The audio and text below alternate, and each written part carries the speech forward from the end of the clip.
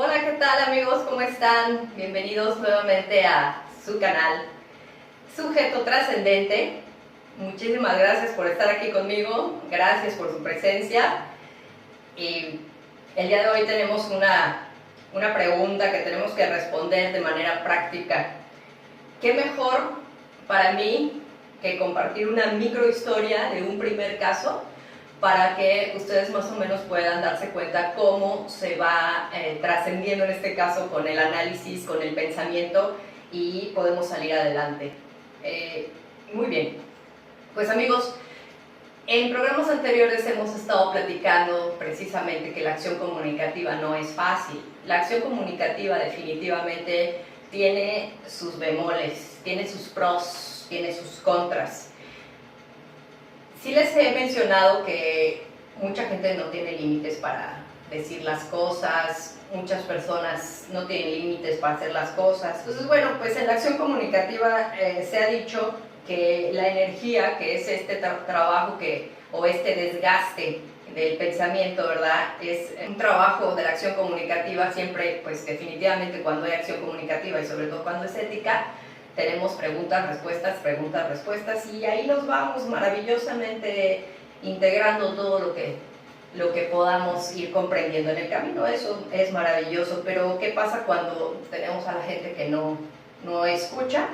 O si escucha, creen que entendieron incluso, porque una cosa es oír, escuchar y otra cosa entender. Entonces, bueno, pues ahí hay un desgaste definitivamente.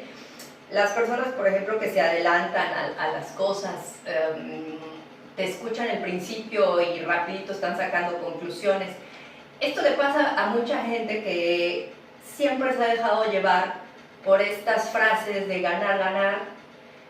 Ha habido muchos cursos, de hecho a mí me tocó tomar estos cursos y siempre el gane y el siempre tenerlo todo y el no saber perder y sin importarte realmente lo que suceda con las demás personas, de hecho sin importarte las demás personas y buscando definitivamente la parte monetaria. Entonces, bueno, pues ahí ganar, ganar como que ya no.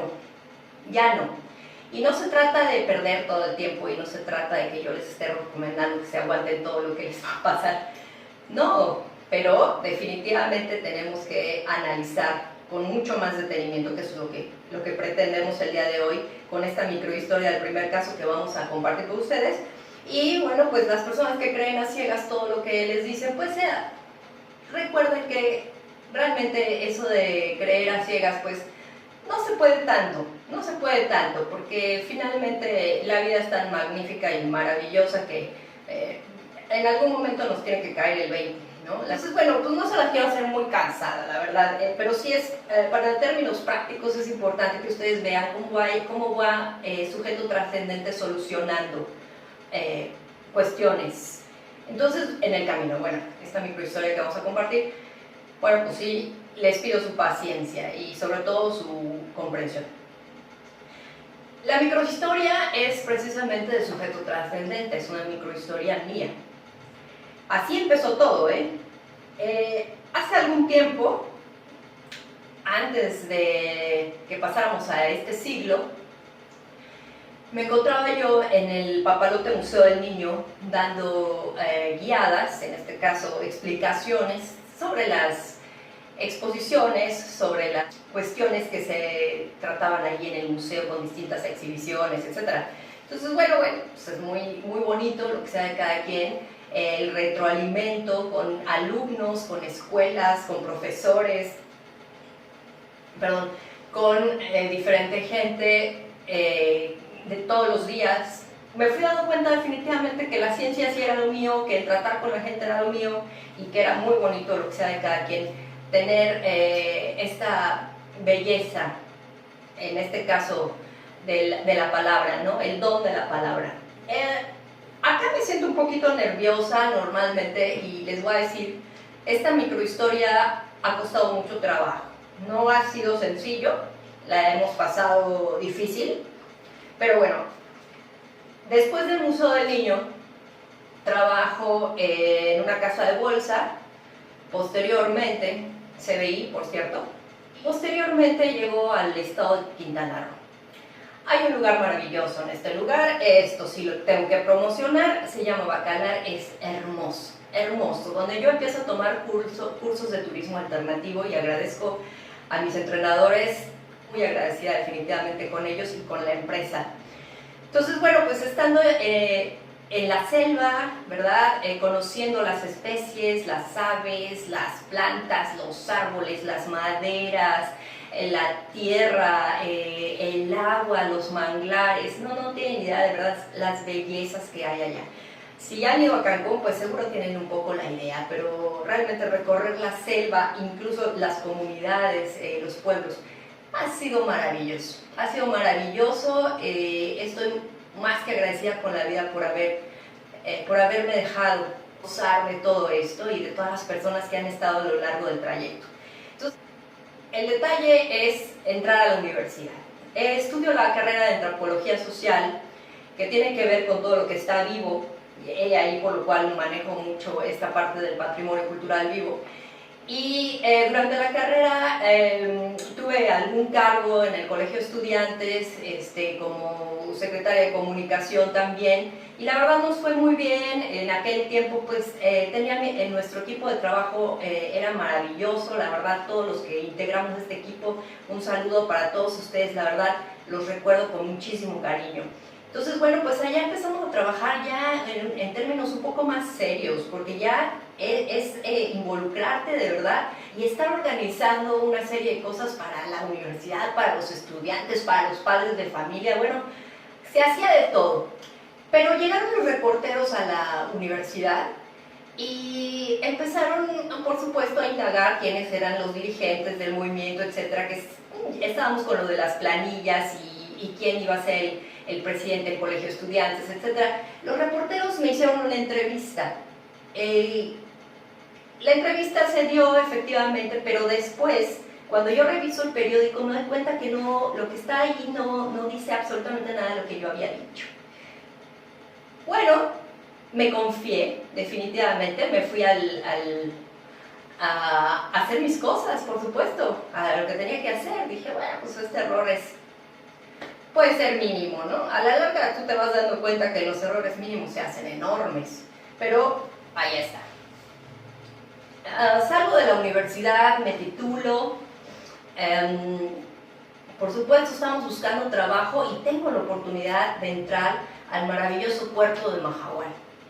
Allí en el puerto de Mahahual, en la zona sur del estado, bueno, pues empiezo a hablar con gente de todas partes del mundo. La gente que viene en los barcos, bueno, es increíble, ¿verdad? Es gente que definitivamente viene de todos lados.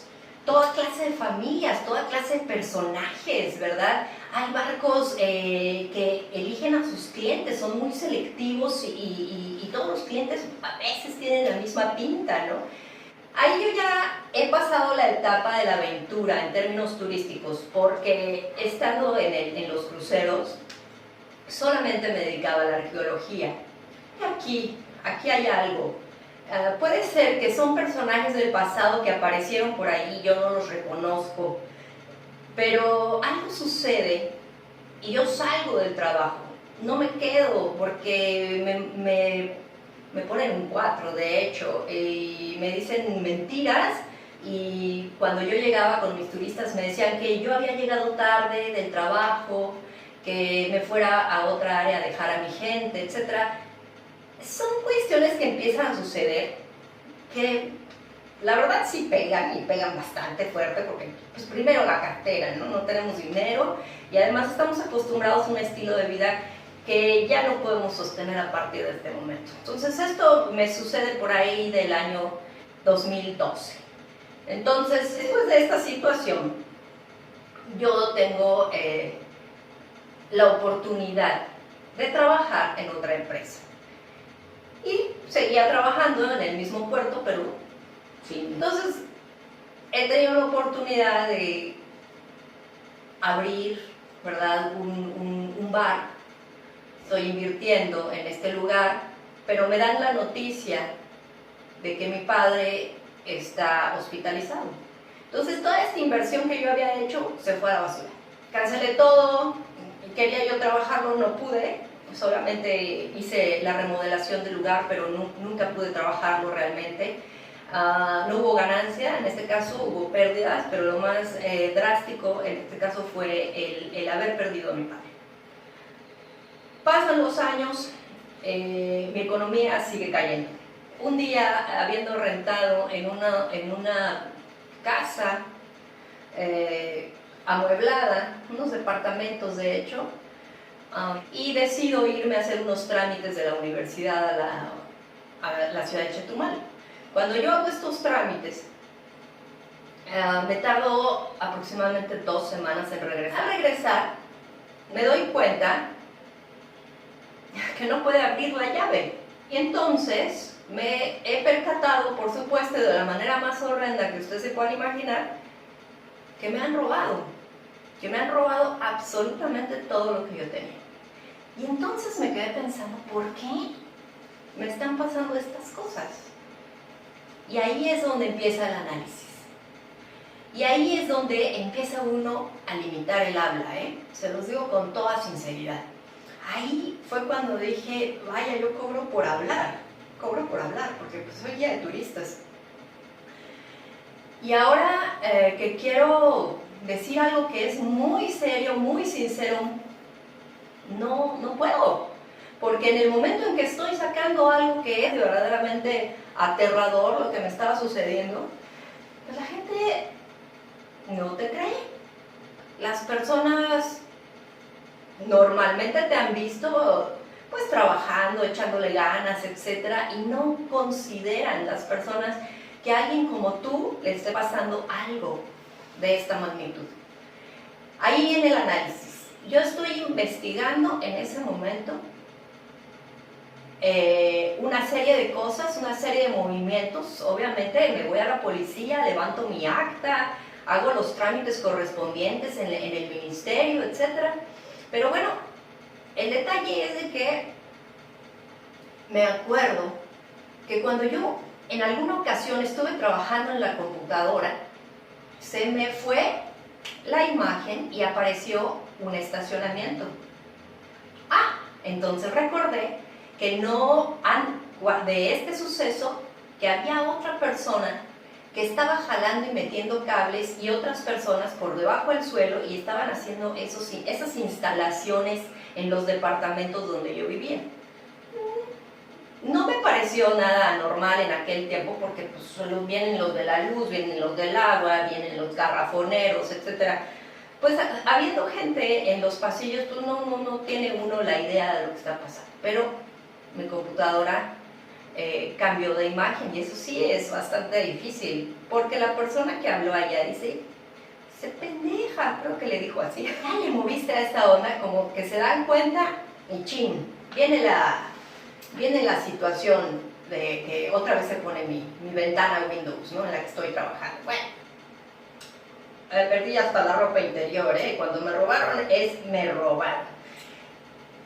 Y lo que pude recuperar, gracias a Dios, fueron algunos papeles que tenía, documentos de todos los trámites, que si los diplomas, que si el certificado, que si el acta de nacimiento, todo eso me lo tenían en la Procuraduría en una caja de cartón.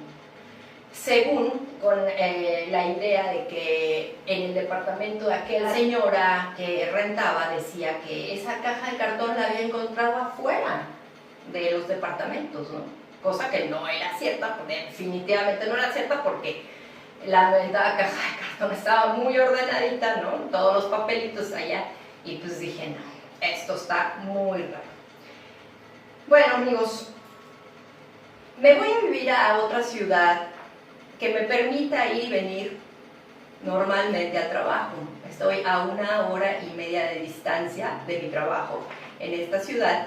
Y ya en la ciudad estoy en casa de una persona que me prestó su casa, que por cierto te agradezco muchísimo lo que hiciste por mí y he de encontrar la ocasión para ser recíproca contigo. Entonces el asunto es que cuando estoy en esa casa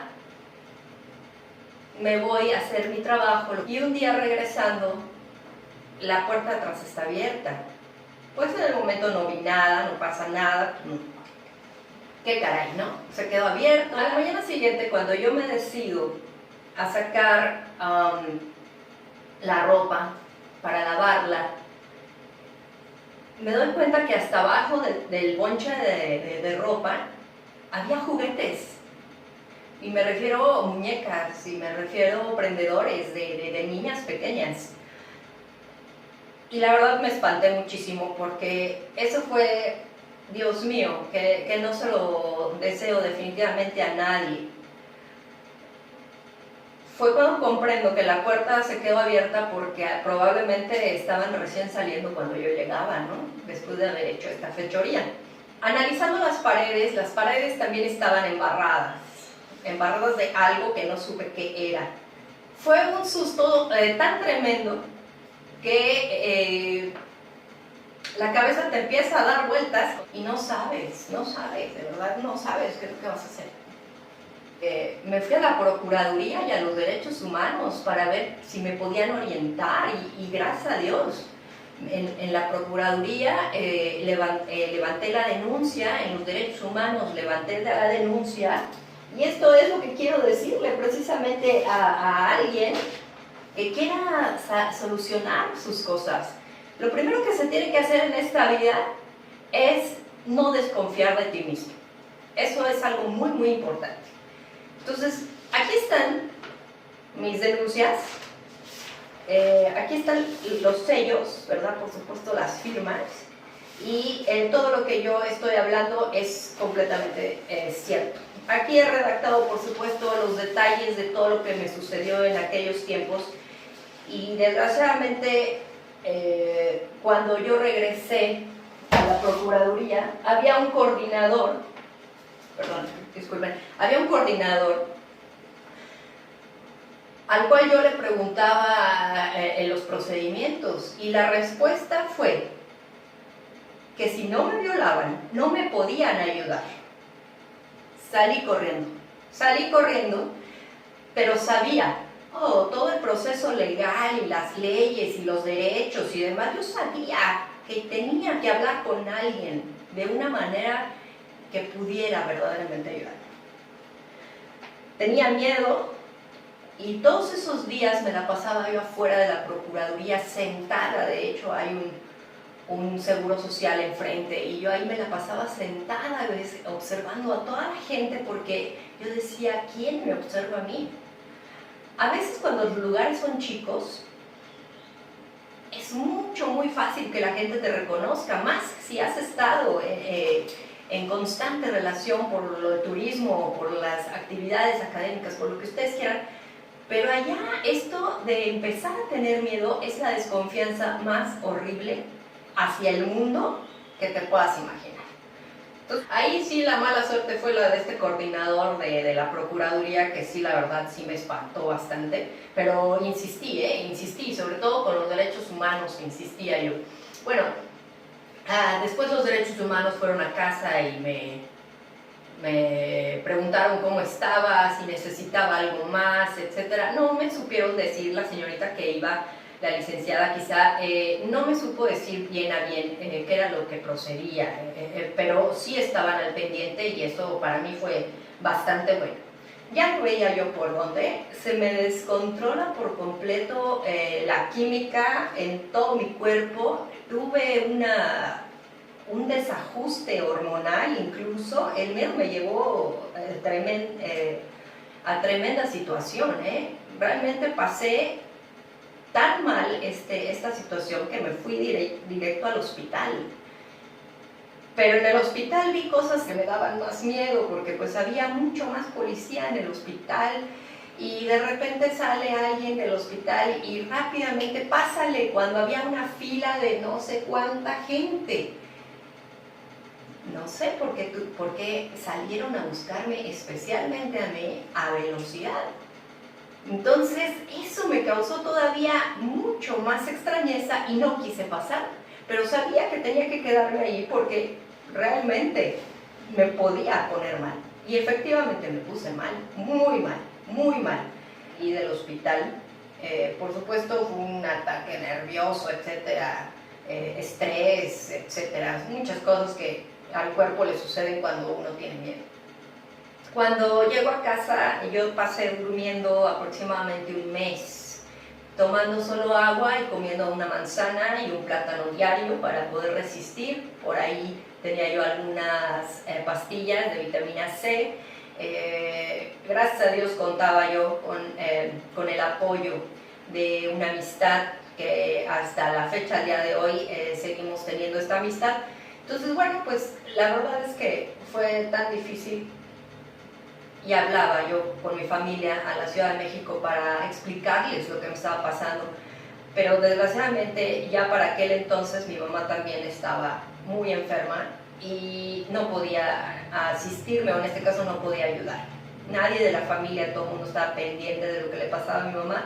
Así que yo estando a tantos kilómetros de distancia, pues no podía nadie ayudarme en ese momento. Mi mamá era la prioridad y yo tenía que salir adelante. Me sentía tan mal, se me descarapelaron las manos. Bueno, eran cosas tan terribles que yo decía, ¿cómo voy a salir de esto? Estás enferma, tienes esta situación, estás atravesando por desajustes químicos en el cuerpo, no puedes mantenerte despierta. Y lo primero que hice fue dejar de pensar en eso. No podía, pero lo intentaba. ¿Cómo lo logré? Muy sencillo. Ahorita decirlo, porque hacerlo es la cuestión más difícil. Dentro de todo ese caos interno y muy probablemente un caos que pude haber provocado en ese momento, si me exaltaba o me ponía más nerviosa o algo, pues me dediqué a hacer lo que tenía que hacer. Y eso es ese libro que ven ustedes acá. Es precisamente mi tesis, ¿verdad? El trabajo que hice precisamente para agradecer, esta es mi tesis de maestría, y el trabajo que hice para agradecer a todas estas personas que menciono al principio de la tesis, porque en todos ustedes pensaba definitivamente cuando yo la estaba pasando fatal. En todos ustedes pensaba en cada uno de los momentos maravillosos que yo viví con ustedes, y espero que me estén escuchando ustedes. Pero la verdad es que fue la cosa más hermosa, en tanto recordaba las bellezas que habíamos vivido juntos. Entonces el pensar en ustedes y el inspirarme en todos ustedes fue lo que me sacó adelante, fue lo que me sacó a flote, y empecé a recobrar la confianza en mí misma poco a poco. Yo creo que voy a dar las gracias aquí a la televisión. Primero porque si no existieran ciertos programas de televisión, pues uno no tendría la manera, ¿verdad? A veces cuando uno está solo o apenas visitado por algunas personas, pues no tiene uno la confianza total para ir a contarle a todo el mundo lo que está pasando, porque, insisto, ¿no? Incluso cuando lo cuentas, pues como que no te creen, porque pues, tú eres una persona dinámica y vas y vienes y subes y bajas y hablas y dices y resuelves y demás. Entonces, ¿cómo carambas vas tú a estar esparciendo todo ello?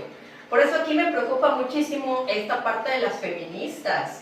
Yo sé que han vivido situaciones muy drásticas, pero nosotras mismas, si ponemos palabras en la mesa, es decir, si soltamos todo, pues quizá no nos estemos ayudando. Obviamente uno tiene que resolver su economía, y allá es cuando me meto a dar clases, pero de pilates. Entonces, bueno, estando trabajando en los Reformer Pilates, tuve la oportunidad, gracias también, gracias a ti, que si no hubiera sido por esto, yo creo que me hubiera costado mucho más trabajo hacer la tesis. Pero tenía esta oxigenación del cuerpo, gracias a Dios, la salud la iba recuperando. Las visitas que yo le hacía a mi directora de tesis: señora, es usted una maravilla, me sacó de esta depresión, gracias a que yo también pues, tuve la voluntad, ¿no?, de salir de todo esto, y pues también te agradezco, obviamente. Entonces, si se dan cuenta, en el camino hay gente que sin saberlo te dan una ayuda impresionante. Perdón, pero es que esto ha sido tan fuerte. Ok. Entonces, bueno, así fue la historia. Entonces ya, ahí está el detalle. Yo estoy en el análisis total y pasaron los años y sigo analizando. Hasta el día de hoy sigo analizando absolutamente todo lo que estoy viendo y todo lo que estoy escuchando. Pero lo más importante es analizar lo que escuchamos. Porque a veces lo que vemos se ve tan lindo, se escucha tan lindo, pero cuando tú realmente sabes y reconoces el trabajo de las personas, no puedes desconfiar de alguien que trabaje, digamos, de esta manera, ¿no? Y esto es nada comparado con la cantidad de gente que trabaja para los demás. Entonces, a mí me gusta reconocer el trabajo de la gente. No importa que sean enojones, no importa que sean serios. Lo que me gusta de las personas es que su seriedad esté en su trabajo. Ya con el análisis hago mi resumen, por supuesto, de todo lo que tuve que analizar y todo lo que tuve que entender en términos legales, en términos de la vida cotidiana, del trabajo.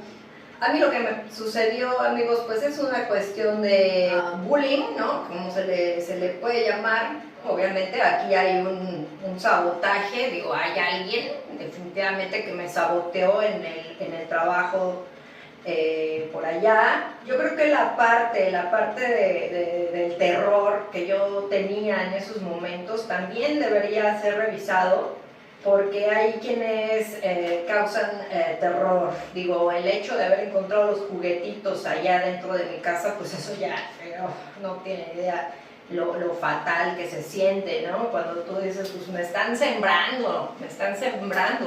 Y por eso lo quiero decir, porque esto de fabricarle pruebas a uno, ¿verdad? Y después escuchar a la gente hablar y decir una serie de cosas, entonces ahí es donde uno se tiene que poner a pensar qué tanto tiene uno que decir y a quién, porque lo más importante también aquí es a quién se lo estás diciendo. A las autoridades definitivamente se lo tienen que decir cuando algo te sucede, pero a toda la gente que está alrededor y que te dicen, ajá, te digo, que te dan el avión, pues no te caso. Si esto me pasó a mí, me pongo a pensar qué le puede pasar a toda la gente. No tenemos los recursos, no tenemos las personas que nos puedan estar apoyando, familiares alrededor nuestro, o si el daño fue incluso dentro de la familia, pues imagínense las personas que viven situaciones así. La verdad, esto es muy, muy dramático. Tuve que hacerme de mucho valor para estar regresando a la Procuraduría. Y como les decía, las estrategias aquí son, primero que nada, no desconfiar de ti mismo. Las cosas, porque pues hay que sacar todo lo que nos hace daño y quedarnos con lo bueno, ¿verdad? Muy bien, amigos, hasta aquí vamos a dejar este video, vamos a pasar a un siguiente segmento. Les invito a que puedan continuar conmigo para poder escuchar el resumen de lo que aquí se ha dicho, de las estrategias que podemos considerar al respecto de este caso, y también vamos a escuchar la respuesta a la pregunta que nos hicieron para este programa.